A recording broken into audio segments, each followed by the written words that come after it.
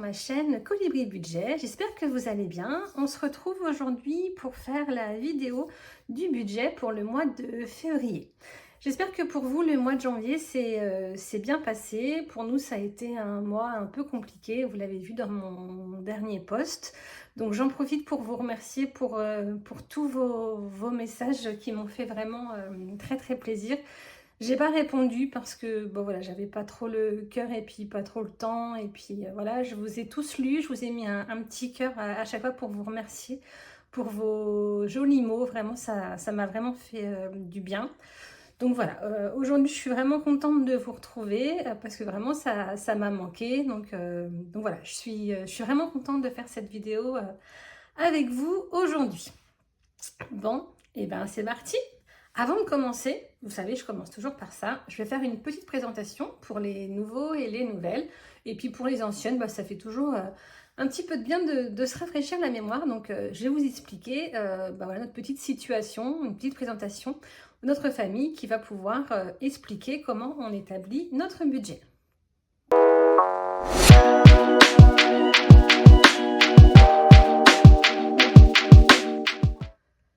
Alors, nous sommes une famille de 5 personnes, donc je suis mariée, nous avons 3 adolescents à la maison. Donc mon mari est salarié, moi je suis chef d'entreprise, je gère plusieurs entreprises de chez moi, j'ai cette chance-là de gérer ça de chez moi. Alors c'est bien et c'est pas bien, parce que c'est bien parce que je peux gérer mon temps comme je le veux. Après, les inconvénients, c'est qu'on travaille à pas d'heure, on travaille le week-end et voilà, ça a des contreparties, il y a du bon et du moins bon dans chacune des situations. Donc voilà, donc on a 3 adolescents. J'ai une grande fille qui a 18 ans et demi.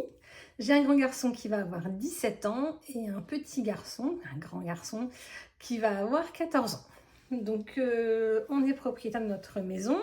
Et en plus, on a même actuellement 2 maisons, puisqu'on a fait construire notre maison actuelle dans laquelle on habite depuis le mois de juillet. Et on a notre précédente maison qui est en vente. Donc du coup, on a des charges en double. Concernant les voitures, donc mon mari a une voiture avec sa société. Donc du coup, on ne paye rien sur cette voiture. Sauf quand on l'utilise à titre personnel. Donc dans ce cas-là, on a des frais d'essence, on a voilà, des choses comme ça. Et moi, ma voiture, c'est une voiture électrique. Donc je charge à mon domicile sur mon électricité commune. J'ai pas de compteur à part, mais qui est prise en charge par ma société, puisque je fais beaucoup de déplacements en lien avec celle-ci. Et on a une 3e voiture qu'on utilise pour nos déplacements plus personnels, pour les vacances et des choses comme ça. Concernant nos enfants, bah, ils ne mangent pas à la cantine. J'ai mon grand garçon qui travaille au McDo, donc qui se fait un petit salaire. Et j'ai ma fille qui a travaillé aussi au McDo. Elle a travaillé un petit peu cet été en tant qu'hôtesse de caisse dans un supermarché. Et là, elle a passé un entretien pour faire des heures dans une boulangerie qui ouvre dans le village d'à côté. Donc normalement, ça devrait être bon. Mais voilà, depuis samedi... elle n'a pas de nouvelles, elle s'inquiète un petit peu, mais je pense que c'est normal. Je lui ai dit de rappeler aujourd'hui ou demain. Voilà, on a 2 chiennes qui vont avoir 14 ans et 12 ans. Un golden et un petit bichon. Et puis écoutez, voilà, on a le chauffage tout électrique dans cette maison. Donc on a une pompe à chaleur. Et dans l'ancienne maison, on a du gaz et de l'électricité. Mais la maison est vide, donc on la chauffe au minimum.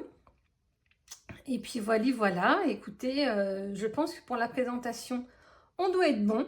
Et puis si j'ai d'autres choses qui me viennent pour justifier comment je budgète ce mois de février, et ben je ne manquerai pas de vous apporter des petites précisions. Bon, allez, on se lance, c'est parti.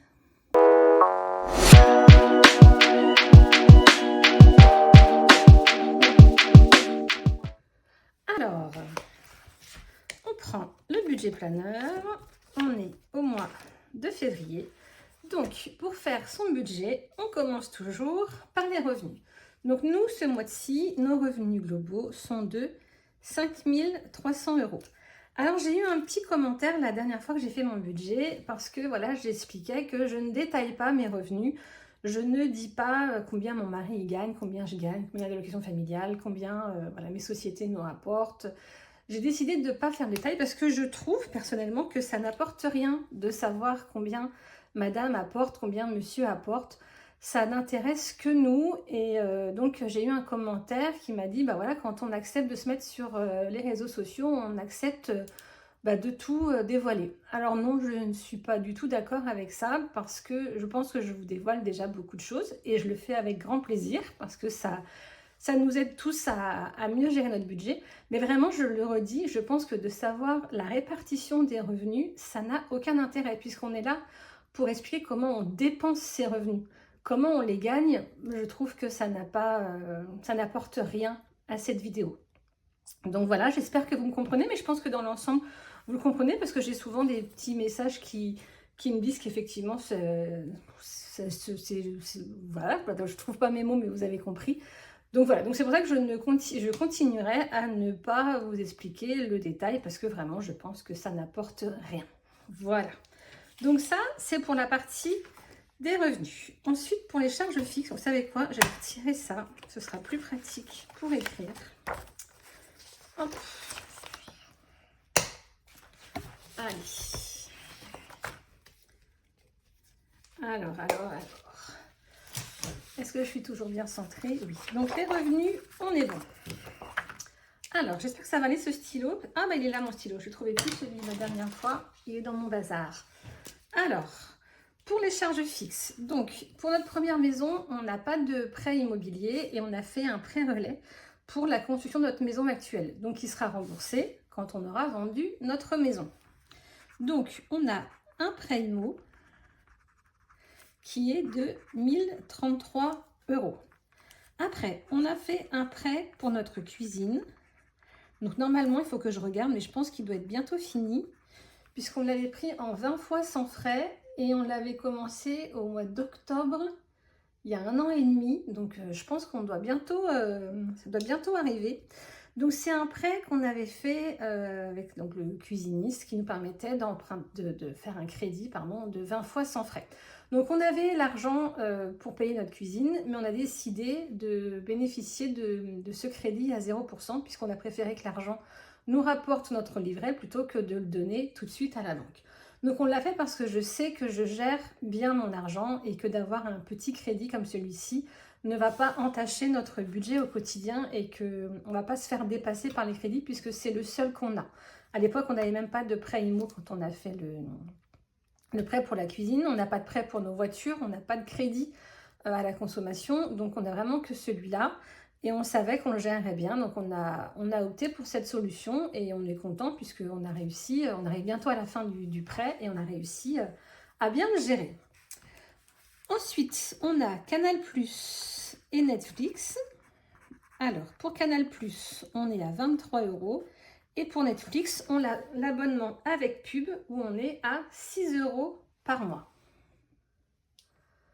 Après, on a l'assurance, pour notre prêt. Alors, pour mon mari, on paye 120 € et pour moi, on paye 40 €. Alors, la différence est énorme. Alors, c'est vrai qu'on a une différence d'âge avec mon mari. Donc, est-ce que c'est pour ça qu'il paye plus cher? Alors, pourtant, on ne fume pas tous les deux. On n'a pas de problème de santé tous les deux. Mon mari, il paye 3 fois plus cher que moi. Alors, est-ce que ça justifie uniquement de par son âge ou est-ce que les hommes payent plus cher que les femmes? Je ne sais pas, mais c'est vrai que la différence est vraiment super flagrante. Pour l'assurance habitation, j'ai toujours pas appelé pour changer. Donc, on est à 88 pour l'ancienne maison et à 59 pour la nouvelle. Vous voyez, 88, il faut vraiment que j'appelle parce que la maison est vide. Donc, on paye beaucoup trop cher, 88 € par mois, alors qu'il n'y a rien à assurer à l'intérieur, à part les murs. Pour les téléphones portables et notre box internet, on est à 24 € plus 40. Donc, on est chez Free. On a une Freebox. On a 2 abonnements téléphoniques chez Free et on a 3 abonnements chez Prixtel. Et on est très content, on n'a pas de soucis. L'assurance de notre voiture, on est à 44 €. On loue une voiture électrique, une Ami Citroën pour notre grand garçon. Donc, on paye 50 € tous les mois. La taxe foncière de notre ancienne maison, on est à 324 €. Je ne vais pas continuer à me plaindre de cette taxe foncière qui a augmenté, qui augmente encore et qui m'énerve. Vous le verrez dans mes précédentes vidéos. Je ne reviens pas dessus, c'est énorme. Ensuite, on a l'assurance protection juridique, où on est à 7 € tous les mois. L'électricité, donc nous on est chez EDF, je paye 125 pour mon ancienne maison et 200 pour la maison actuelle. Et on a un impôt sur une de nos sociétés qui est prélevé, donc on a 15 € tous les mois. Alors, je ne vais pas faire le calcul, hop, hop, hop, je l'ai déjà fait. On est en charge fixe à 2450. Alors, les charges fixes, c'est tout ce qui est prélevé tous les mois sur notre compte bancaire. Donc, nous, on n'a qu'un seul compte bancaire. On est chez Boursorama. Voilà, on a décidé d'en avoir qu'un seul. Effectivement, j'en vois qui ont un compte bancaire pour leurs dépenses en carte bleue, un compte bancaire pour certaines charges. Alors, ça se justifie totalement. C'est juste, chacun gère son budget comme c'est le plus facile pour lui. Et nous, d'avoir tous sur le même budget, ça me permet en un seul coup d'œil de voir où on en est. Donc, moi, le fait d'avoir un seul compte me convient. Mais je conçois tout à fait que certaines personnes en aient plusieurs. C'est une autre façon de gérer les choses. Alors, ensuite, les charges variables. Ça, je vais le mettre ici. Alors, les charges variables, on a le repas de midi de ma fille. Parce que mon grand garçon, comme il travaille, on a décidé que sa contribution, c'était de payer ses repas le midi. Donc, pour ma fille, il y a 30 €. Ensuite, mon mari, il est très souvent en déplacement. Déjà, tous les midis, il doit manger à l'extérieur puisqu'il n'y a pas de restaurant d'entreprise, il n'y a pas d'aménagement là où il travaille. Donc, il mange en extérieur tous les jours. Parfois, le soir aussi, il rentre tard, donc il mange sur la route. Donc, on a un budget de carte bancaire pour mon mari, pour ses repas, qui sont de 200 € tous les mois. Et pour le télépéage, on est à 200, ce qui nous fait un total de 430 €. Ensuite, on a nos enveloppes avec de l'argent en cash. Donc là, tous les débuts de mois, quand la paye est tombée, on va au distributeur, on retire l'argent pour le mois. On a la chance d'avoir un gros plafond, donc je peux retirer tout d'un coup. Et on remplit nos enveloppes. Alors, pour les courses, donc moi j'ai 170 € par semaine, donc on est à 680 € pour ce mois-ci. Donc moi pour les courses, c'est vraiment tout ce que j'achète au supermarché. Donc ça concerne l'alimentation, l'entretien, l'hygiène, voilà, tout ce que j'achète au supermarché, sauf les croquettes pour mes chiens, puisque là j'ai une enveloppe à part. Mais sinon, tout le reste, ça va dans l'enveloppe courses. Ensuite, on a extra, donc là c'est 30 € par semaine, donc on est à 120 €. Donc là les extras, c'est tout ce qui ne va pas dans les courses. Donc ça va être, globalement c'est tout ce que j'achète autre pour un petit montant, pour pas avoir à débloquer l'argent qui est sur mon épargne. Donc par exemple, si je dois acheter quelque chose pour la maison qui coûte moins de 10 €, je vais le prendre dans mon enveloppe extra.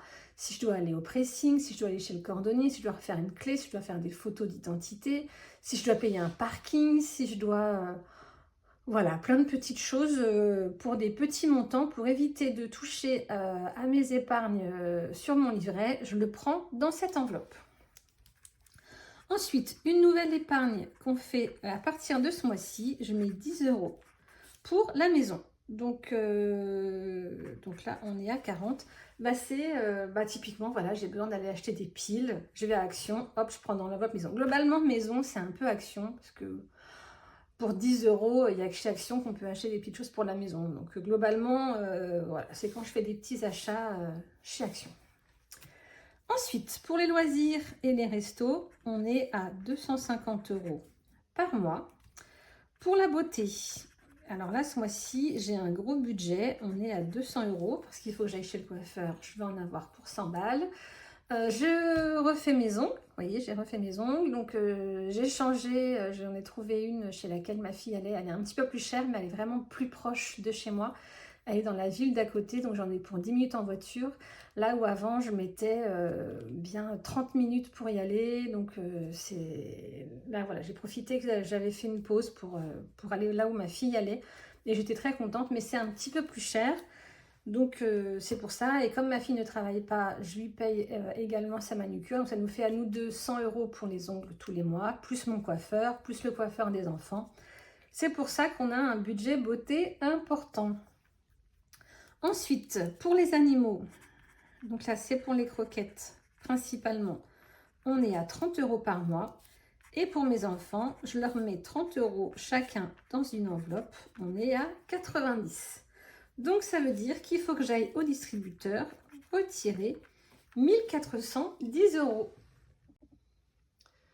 Donc voilà, en fait vraiment dans les épargnes, c'est vraiment de l'anticipation des charges qui vont arriver à plus ou moins long terme. Mais vraiment l'épargne réelle de... Je sais pas comment expliquer. Je me perds un peu dans mes explications là. On va dire que c'est mon cerveau qui n'est pas encore réveillé.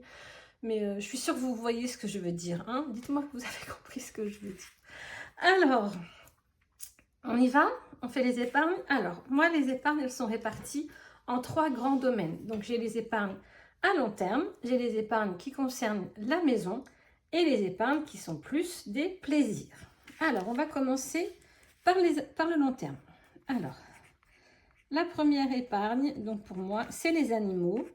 Donc, je mets 10 € ce mois-ci. Donc, voilà, comme je vous ai dit, on a 2 chiennes qui commencent à prendre de l'âge. J'allais dire qu'elles commencent à être vieilles, mais non, à prendre de l'âge. J'ai mon golden qui a 14 ans bientôt, là, au mois de mai. Donc, bah voilà, on anticipe des frais vétérinaires à venir, des choses comme ça. Donc, l'objectif, c'est d'avoir 1000 € à la fin du mois.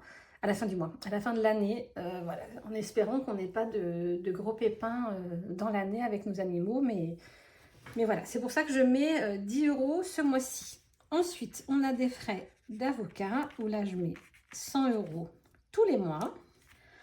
On a une enveloppe contravention. Donc bah là, on met 10 € tous les mois. Et je crois que c'est la dernière fois que je le mets, jusqu'à ce qu'on ait une contravention. J'avais dit que j'ai jusqu'à 150 €. Et là, avec ces 10 €, on sera à 150 €.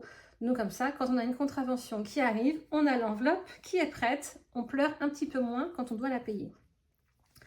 Pour l'entretien de la voiture, on est à 50 € et là, je vais en avoir besoin puisque ma 3e voiture ne démarre plus. Alors, mon mari ne sait pas trop si c'est la batterie ou quoi que ce soit, mais il va falloir qu'on arrive soit à l'amener au garage, soit essayer de faire venir quelqu'un à la maison, mais on a des frais qui vont arriver sur la voiture. Ensuite, on a une enveloppe pour le fonds de secours. Donc, on a 30 € ce mois-ci. Pour les impôts, je mets 100 €. Donc, pour les impôts, c'est parce que, voilà, comme je vous ai dit, moi, je suis chef d'entreprise et autant sur les revenus salariés, on a l'impôt à la source. Donc, vous payez vos impôts directement sur votre fiche de paie. Quand on a une entreprise, on n'a pas ce prélèvement à la source. Donc, du coup, c'est pour ça que je mets de l'argent de côté tous les mois pour nos sociétés. Et en plus, comme on a notre nouvelle maison, pour l'instant, on ne paye pas de taxe foncière puisqu'on est exonéré pendant 2 ans. Mais quand elle va tomber la première fois, on n'aura pas été mensualisé. Donc c'est pour ça qu'il faut que j'ai une enveloppe importante pour pouvoir payer la taxe foncière quand elle va nous tomber dessus. Pour le permis de mes enfants, donc je mets 50 €. Donc normalement, elle est pleine pour les forfaits de base. Donc comme je vous disais la dernière fois, ils ont un forfait de 20 heures. Mais ils nous ont bien fait comprendre qu'il n'y a personne qui fait 20 heures et c'est plutôt 25 heures. Donc du coup, je pensais avoir rempli mes enveloppes, mais je vais continuer à mettre un petit peu au cas où il y ait des heures supplémentaires à faire, au cas où il n'ait pas leur permis du premier coup. Et de toute façon, l'argent n'est pas perdu dans cette enveloppe puisque j'ai un petit garçon qui va avoir 14 ans. Donc il va bien falloir après, une fois que les 2 grands auront leur permis, que je mette un petit peu d'argent de côté tous les mois pour pouvoir payer le permis du petit dernier. Ensuite, on a l'épargne pour notre 5e semaine, puisque moi j'ai un défi, le Vélo Challenge, que je remplis toutes les semaines quand je peux. Mais sauf que ce challenge ne me permet pas de payer intégralement mes 4 5e semaines de l'année. Donc c'est pour ça que je mets un petit peu tous les mois. Donc voilà pour les épargnes à long terme. Ensuite, on a les épargnes de tout ce qui concerne la maison. Alors, le canapé, on doit changer le canapé dans notre chambre d'amis. Donc là, je mets 30 €. Ensuite, on a l'entretien de la pompe à chaleur. Je mets 20 €. Pour l'eau, j'ai calculé que tous les mois, il fallait que je mette 60 € par mois. Donc, comment j'ai fait? J'ai pris mes factures de l'année précédente, j'ai divisé par 12 et j'ai rajouté un petit peu de sécurité parce que les prix augmentent toujours et qu'on n'est pas à l'abri de consommer un petit peu plus d'eau que les années précédentes. Donc, c'est comme ça que j'ai trouvé mes 60 €. Ensuite, pour l'électroménager, donc là, c'est pour prévenir en cas de panne d'un de nos appareils pour pouvoir le remplacer. Donc, j'ai mis 20 € ce mois-ci. Ensuite, pour notre jardin, donc pour l'entretien du jardin, je mets 20 €. Pour la maison, donc là, c'est toute la décoration, si je dois acheter des ampoules, des piles, voilà, c'est vraiment pour tout ce qui concerne la maison. Je mets 20 €. Ensuite, pour l'entretien de la piscine, on a 30 €. Pour la santé, ce mois-ci, je mets 20 €. Pour la franchise des assurances, donc là, j'ai une franchise de, je crois que c'est 120 €. Donc, j'ai assez pour ma première franchise, mais comme on a eu un bris de glace, et là, j'arrive pas à leur envoyer ma facture, ça m'agace, c'est jamais au bon format, ils n'arrivent pas à le lire, ils sont compliqués à la banque postale, il y a toujours un truc qui va pas pour pas qu'ils me remboursent ma facture. Donc, comme j'ai ma première franchise qui va être prise pour remplacer ma baie vitrée, je voudrais avoir encore 120 € pour avoir une franchise d'avance. Voilà pourquoi j'ai une petite enveloppe franchise d'assurance où je mets tout doucement 10 € tous les mois. Ensuite, on a notre classeur des épargnes plaisir. Donc là, pour les anniversaires, je mets 50 €. Donc les 50 €, c'est pour, donc cette enveloppe-là, pardon, c'est pour payer les cadeaux d'anniversaire, pour payer les restaurants qu'on fait quand on fête un anniversaire. Voilà, en globalement, c'est pour tout ce qui concerne les anniversaires. Si je dois acheter de la décoration, voilà, c'est tout ce qui, voilà, toutes les charges afférentes aux anniversaires. Ensuite, pour les cadeaux, je mets 20 €. Pour le shopping, comme on a bien dépensé ce mois-ci, il faut réalimenter cette enveloppe. J'ai décidé de mettre 130 € d'un seul coup. Pour les sorties, je mets 10 €. Donc, toutes les sorties, c'est les grosses sorties. Parce que vous voyez, moi, j'ai un budget de 250 € pour les sorties qu'on fait dans le mois. Les petites sorties au restaurant, au cinéma, au bowling. Voilà, toutes sortes de petites sorties qu'on peut faire en famille. Là, vraiment, dans mon épargne, c'est pour les grosses sorties. Si on doit faire un concert, si on doit aller voir un match de foot, si on veut aller au Puy du Fou, si voilà, c'est toutes les grosses sorties avec un gros budget. Ensuite, on a une enveloppe transport, 15 €. Donc là, globalement, c'est quand la fille de mon mari vient en vacances, on lui paye le billet du TGV. Ou quand mes enfants vont à Clermont en train, on leur paye le train. Et c'est avec l'enveloppe transport. Ensuite, dans le budget vacances, je mets 80. Là, j'ai plus de place. Alors, on va le mettre au-dessus. Alors, on a une enveloppe pour les week-ends. On a 30 €. Et on a une enveloppe ski pour 30 € également. Et j'ai mon enveloppe pour Noël où je mets 50 €. Voilà comment je répartis toute mon épargne. Donc, j'ai déjà fait le calcul. Je ne vais pas le refaire avec vous. On est à 1005 €. Donc, il me restait 1010 à épargner. J'épargne 1005 €. Comme ça, il me reste que 5 € sur mon compte. J'ai un petit fonds de roulement sur mon compte. Je ne fais pas le budget base zéro. J'ai toujours un petit fonds qui me serve à payer les franchises de santé. Vous savez, la franchise qu'on a sur le médecin. Entre le moment où on paye le médecin et le moment où on est remboursé. J'ai toujours un petit fonds sur mon compte. Donc là, comme j'ai un fonds qui commence à augmenter, c'est pour ça que j'ai épargné la totalité presque. J'ai laissé 5 € parce que je ne savais pas où mettre les 5 €. Mais voilà, globalement, voilà comment je répartis tout ça. Et bien, écoutez, voilà, le budget du mois de février est bouclé. J'ai hâte de commencer ce nouveau mois et de laisser le mois de janvier derrière nous. J'espère que le mois de février va bien se passer, il n'y a pas de raison, on va repartir de bon pied, bon oeil. J'ai plein de motivation pour ce mois de février, j'espère faire plein de choses, donc il faut que je m'organise mieux. Aujourd'hui, je ne sais pas pourquoi, j'arrive pas à gérer mon temps. J'ai du retard sur le traitement de mes commandes et je m'en excuse. Moi, j'aime bien quand les commandes sont envoyées très très vite. Et là, bon, après, voilà, on a eu un souci qui a fait que pendant un certain temps, j'ai pas eu le cœur à préparer vos commandes, mais voilà, j'ai plein d'idées, vous m'envoyez plein de messages d'idées de création, donc j'ai plein d'idées. Je voudrais être plus active sur Instagram, j'ai le temps qui me manque, il faut vraiment que Là, cette semaine, je me mets à fond sur les commandes, je voudrais vraiment envoyer tout cette semaine, mais il m'en reste vraiment beaucoup, mais vraiment, je vais me mettre à fond. Et après, j'aimerais trouver un rythme de croisière qui me permette toute la journée de pouvoir faire et du contenu, de la création et d'envoyer vos commandes. Donc voilà, il faut vraiment que j'arrive à m'organiser. En plus, je me suis dit, à partir de février, tous les matins, je me mets au Pilates. J'ai vu qu'il y avait des vidéos de 10-15 minutes à faire sur YouTube. Je ne sais pas si vous en faites, mais moi, ça me donne vraiment envie. Voilà, j'ai pas le temps, je ne trouve pas le temps, j'ai pas envie peut-être d'aller dans une salle pour faire du sport. Donc je me dis que devant ma télé, 15 minutes par jour, une fois que les enfants sont partis à l'école, hop, avant de déjeuner, 10-15 minutes de pilates, ça peut me faire du bien. Et j'ai vraiment envie de... Voilà. En fait, 2025, c'est l'année où j'ai envie de prendre soin de moi. Je me suis un peu oubliée l'année dernière, donc j'ai vraiment envie de prendre soin de moi. Donc voilà, le pilates, c'est un objectif, je vais y arriver. Et j'aimerais me remettre à la méditation. J'en ai fait il y a une dizaine d'années quand j'ai perdu mon papa. Ça a été très dur pour moi.